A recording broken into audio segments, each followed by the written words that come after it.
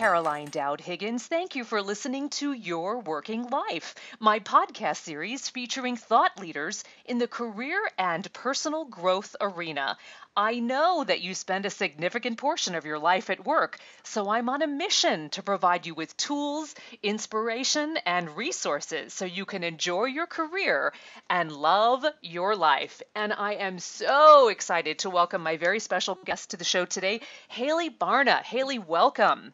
Thank you. Excited to be here. I'm delighted to have you too, because I'm just going to make this confession right off the bat. I am a Birchbox fanatic. I have been a subscriber for 2 years. It is my favorite gift of choice. I have given Birchbox subscriptions to all my friends and family. Love it. Love it. Happy to hear that. I'm glad you're spreading the gospel. I am. I'm spreading the Birchbox gospel. Let me tell the audience a little bit about you. Hayley Barna is the co-founder and co-CEO of Birchbox, a leading beauty and grooming e-commerce company for men and women. Through its multi-channel platform, the Birchbox experience features personalized sampling, informative editorial, and curated online shopping. So, Hayley, I'm so thrilled that you're with me today, and I'm eager to hear the wonderful story about how Birchbox got started and also how you're scaling, because it's so incredibly successful. Thank you. Well, I'm excited to share the story. It's a fun one. Oh, I bet. Let's also give a shout out to your co-founder, Katya Beecham, and you were, I'm still obviously friends and co-workers, co-founders, but you met as MBA students at Harvard. So what sparked this idea for Birchbox? Tell us how it all began. Yeah, so the origin story of Birchbox is that Katya and I were friends. We were placed in the same section at Harvard Business School. And when we initially met, we didn't know we would be starting a business together.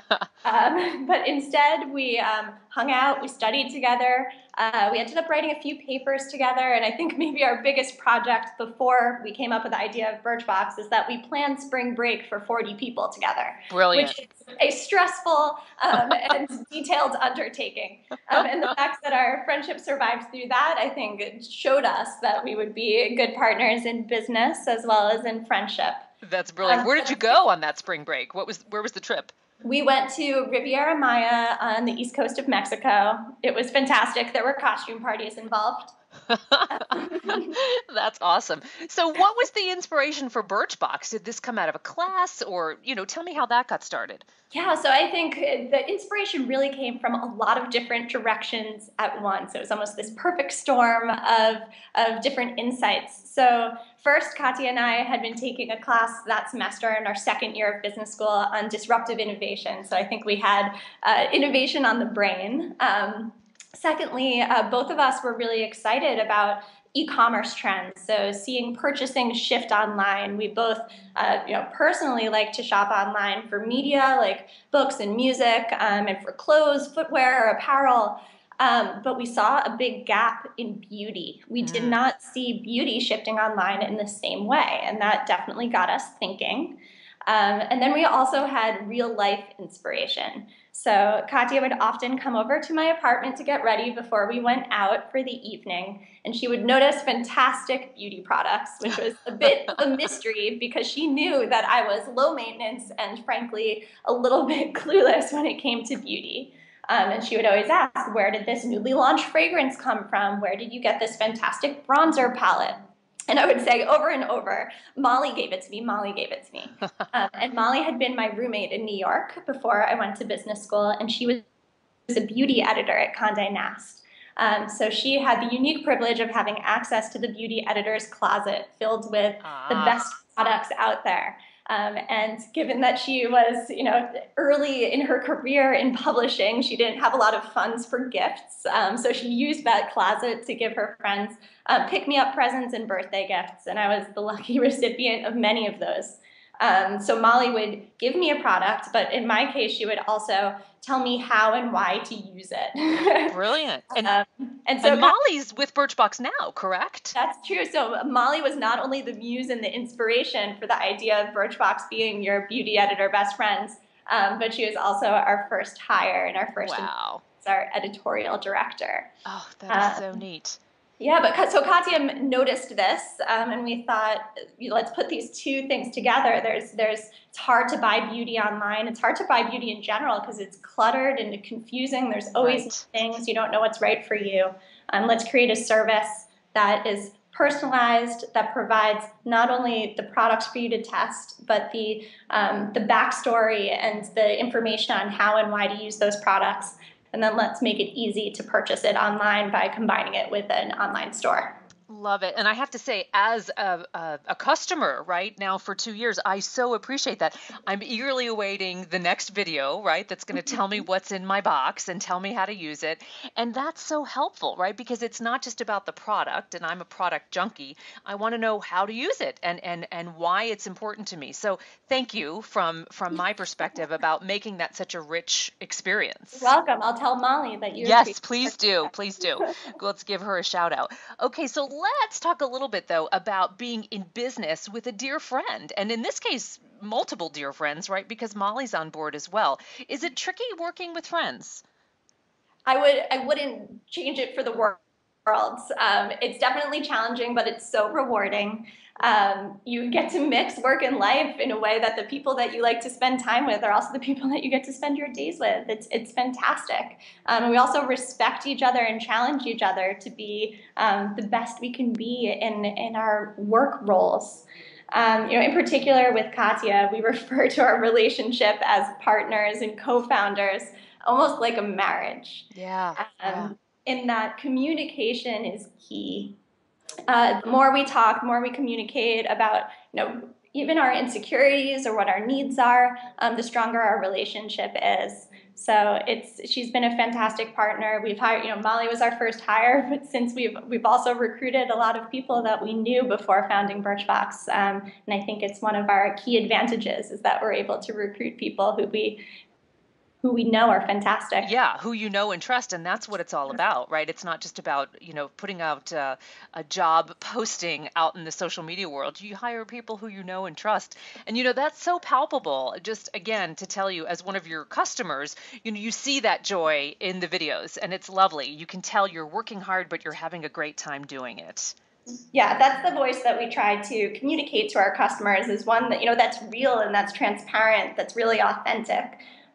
We had a choice being in the beauty industry. A lot of beauty retailers or beauty brands, they project this very glossy, shiny, unattainable, Yeah. perfect image. But for Birchbox, the approach we take is grassroots meets glossy. Nice, nice. So I love it. more attainable, more accessible. Again, the beauty editor, best friend, or your friend who happens to know a lot about beauty. And you see that in our marketing campaigns and how we talk to our customers. We use our employees as models instead of Yes. professional models. Yes. And we think that helps attract consumers who may have been intimidated by the category I think so. beforehand. And you know what I think is wonderful too? It's so multi-generational. Clearly, it seems to me that you have a niche with millennials, with younger men and women who are perhaps 35-ish and below. I'm in my 40s, so I'm a Gen Xer, and it's just as accessible to me. And I've purchased my mom a subscription, and she's older, right? So I appreciate the multi-generational accessibility. That's great to hear. Yeah, we have customers where the daughter's in high school, the mom's subscribed, and the grandma's subscribed too. So we really think about the Birchbox target customer as being more of a psychographic than a demographic. So someone who wants to have an efficient and fun way of discovering the right products for them, and that's not something that's limited to a certain geography or age group or income bracket. It's more about a mindset. Nice. Well, you're nailing it. So let's talk a little bit about Birchbox. How did that name come to be? So when Katya and I had the idea for Birchbox, one of the first things that we did was sit down with pen and paper and think about what to call it. And one thing was clear is that we didn't want to be too literal or too limiting. The obvious name would have been Beauty Box, but that would have literally boxed us in because what we had come up with was a business model, a try, learn, buy methodology for helping with product discovery. And we knew that it could extend beyond the customer group of women. We have Birchbox Man now, and we knew it could expand to different product types like lifestyle. Right. So we wanted a name that could be extensible. So it couldn't be Beauty Box. We thought about, the beautiful imagery of flowers, but that seemed too feminine. So when we came up with Birch, it refers to the tree, the beautiful tree with silvery bark that changes with the season. It just kind of stuck, and then it had all the practical benefits of being easy to spell at the front of the alphabet. Yeah. The URL available, so that was a bonus. That's a bonus and an essential factor, right? Exactly. Oh, I love it. And I have to thank you again because the boxes are practical. I save the boxes and I use them in a variety of creative ways. So it's all good. We love seeing our customers often send us examples of how they upcycle their Birch boxes. Everything from drawer organizers to picture frames to using as gift boxes. And we think that's great, but we also made sure that they were recyclable and made from recycled materials so that you didn't feel too guilty if you just wanted to put them out with the recycling that week. Absolutely. Speaking of which, there's a wonderful video campaign that you use to introduce products and also specials and great things that are happening on Birchbox, but also to educate the audience. And I know the Instagram channel is just blowing up in such a positive way. So tell me how social media is or has been essential for promoting and growing Birchbox. Yeah, so I think we have to thank Molly Chen again for this one. Molly was our editorial director from day one, and she made sure we had a Tumblr blog, a Twitter account, a Facebook page before we even had our website up. So it's part of our DNA, and it's definitely been an essential part of our growth engine. When people receive their Birch boxes every month, they just can't help from sharing them, and that happens, offline in the real world. We hear a lot of stories about offices, for example. You see one Birchbox in the mailroom one month, the next month it's 5, then 10, then 30. So it spreads, but it definitely spreads online. That's awesome. And the beauty community online has always been really engaged and active. Beauty bloggers, YouTube videos about beauty. And we didn't just our customers create a lot of content for sure, but we wanted to be part of the action. We wanted to be doing that as well. So we have our own YouTube channel, very active on Facebook. And it's funny, we just celebrated our 4-year anniversary as a company. And looking back when we launched, Instagram didn't exist, Pinterest didn't exist. And now they're really key parts of how we communicate to our customers and how new customers find Birchbox. That's great. We're experimenting with Snapchat too. Oh, okay. I bet. Am I correct, Hayley, that you're up to 800,000 subscribers? Yes, on that's Birchbox? Wow. 1,000 subscribers globally. We expanded to Europe in 2012, so we're currently in 5 countries. Wow, that's extraordinary. So let me ask, as entrepreneurs, have you and Katya learned and your team learned how to scale this business? Because clearly it's getting bigger and bigger every day. Yes, that was definitely a necessity. We learned a lot of lessons along the way, the first of which was Katya and I realized that we couldn't run this business ourselves and we needed to hire fantastic people to help us. And then we also needed to figure out how to make our processes repeatable, make sure that mistakes and errors wouldn't happen, to make sure that we leveraged our community to grow organically without having to pay for every customer. So there's been a lot of learnings along the way. And it's crazy to think that only 4 years ago, it was just 3 of us sitting in a room trying to get this going. May I ask how many employees do you have at this time? So we have over 250 full-time employees. Wow. We opened a retail store in Soho this summer, so there's a whole group of fantastic part-time employees working in that store as well. Excellent. Well, I'm back in the city in December, and I can't wait to check it out. So trust me, I will be there, and I'll send you a photo. Great. You know what I appreciate so much, that you've partnered with causes and organizations that share a common mission of empowerment and wellness. Have these companies approached you, or are you seeking them out, or is it a combination of both? It's definitely a combination.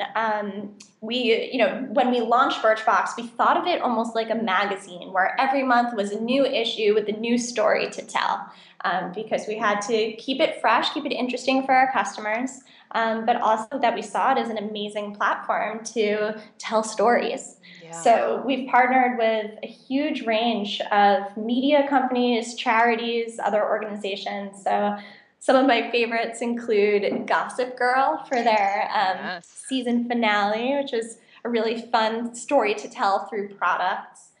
We also partnered with a nonprofit called Pencils of Promise, where we leveraged our community to raise money to build a school in Guatemala through that organization. And this month, November upcoming, we're partnering with the AIDS organization, RED.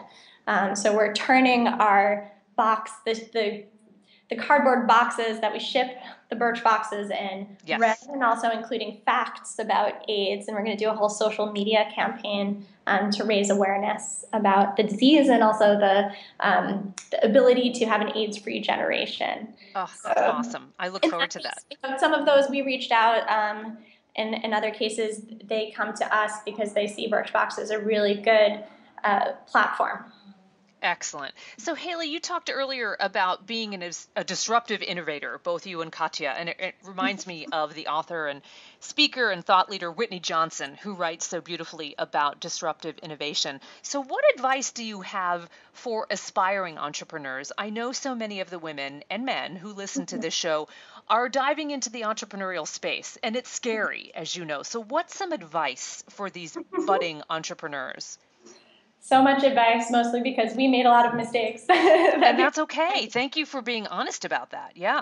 But I think a few things. First of all, it's incredibly hard to start a company, but it's also incredibly rewarding.